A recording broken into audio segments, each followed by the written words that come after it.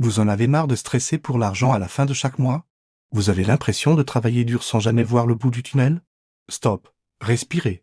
Aujourd'hui, on ne va pas parler de devenir riche demain, mais de reprendre le contrôle de vos finances maintenant, avec une action concrète que vous pouvez faire juste après cette vidéo. Le vrai problème, ce n'est souvent pas seulement le manque d'argent, mais le désordre financier.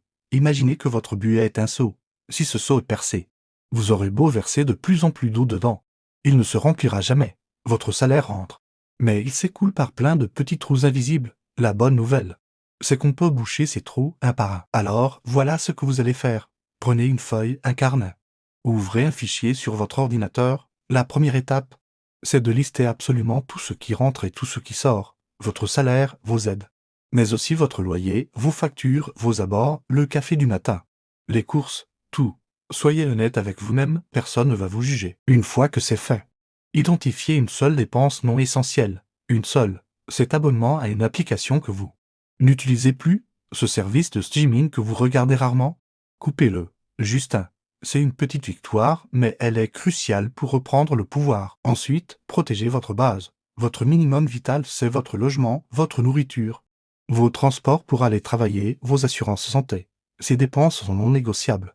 C'est votre forteresse, tout le reste vient après. Pour vous guider, pensez à la règle du 50-30. C'est simple, 50% de vos revenus pour vos besoins essentiels, 30% pour vos envies, comme les sorties ou les loisirs, et 20% pour vos objectifs financiers, comme rembourser des dettes ou épargner.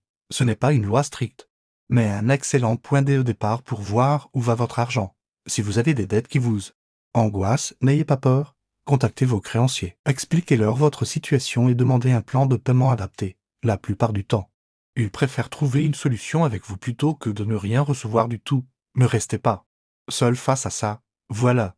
Vous avez un plan d'action immédiat. C'est le premier pas pour sortir du brouillard financier. Si vous voulez d'autres conseils comme celui-ci pour continuer à avancer pas à pas, abonnez-vous à la chaîne. Vous pouvez aussi télécharger mon guide gratuit Reprenez le contrôle de vos finances en 7 jours dans la description. Merci d'avoir regardé et à très bientôt.